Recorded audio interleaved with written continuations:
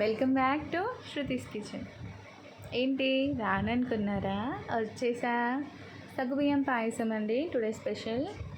ముందుగానే సగ్గుబియ్యంని వాష్ చేసుకొని ఒక 2 అవర్స్ ముందే నానపెట్టుకోవాలి.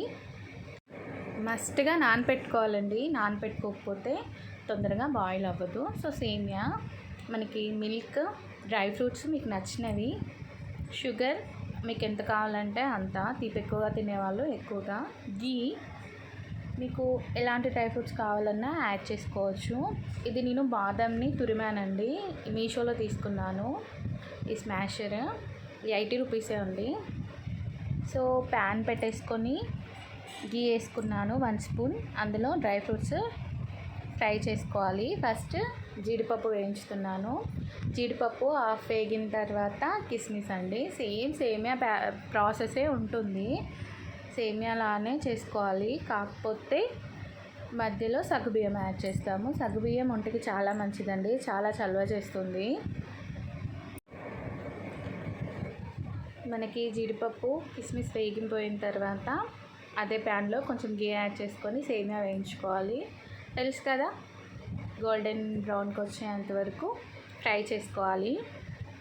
మీరు ఫస్ట్ ఏంటంటే సగ్గుబియ్యం ఉడకపెట్టుకొని అయినా యాడ్ చేసుకోవచ్చు, లేకపోతే సేమియాతో పాటైనా ఉడికించుకోవచ్చు. మీరు ఎంత ఎక్కువ ముందు నానపెట్టుకుంటే అంత త్వరగా ఉడికిపోతాయి. సో ఇలా సేమియా ఫ్రై అయిన తర్వాత సగ్గుబియ్యం వేసేసి కావాల్సినంత వాటర్ వేసుకోవాలి. వాటర్ వేసేసుకొని ఉడకపెట్టుకోవాలన్నమాట. లిడ్ పెట్టుకొని ఉడకపెట్టుకోండి. మనకి ఉడికాయా లేదా అని డౌట్ వస్తుంది కదా, సో అవి మనకి వైట్గా ఉన్నదంటే ట్రాన్స్పరెంట్ అయిపోవాలన్నమాట. నేను పక్కన పాలు కూడా పెట్టుకున్నాను, అవి కాగిపోయాయి. సో కాచిన పాలని మనం యాడ్ చేసుకోవాలి. మీకు ఎంత నచ్చితే అంత.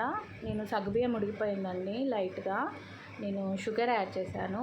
మీ రిక్వైర్మెంట్కి తగ్గట్టు షుగర్ యాడ్ చేసుకోండి. నేనైతే 1 కప్ యాడ్ చేశాను.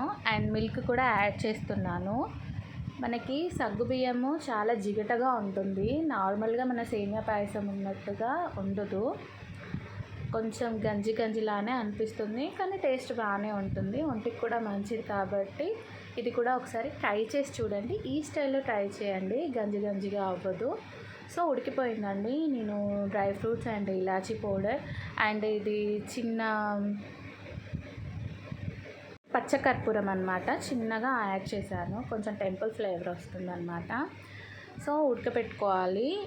ఎంతవరకు ఉడకపెట్టుకోవాలో చెప్పాను కదండి, ట్రాన్స్పరెంట్ అయ్యేంత వరకు ఉడకపెట్టుకోవాలి.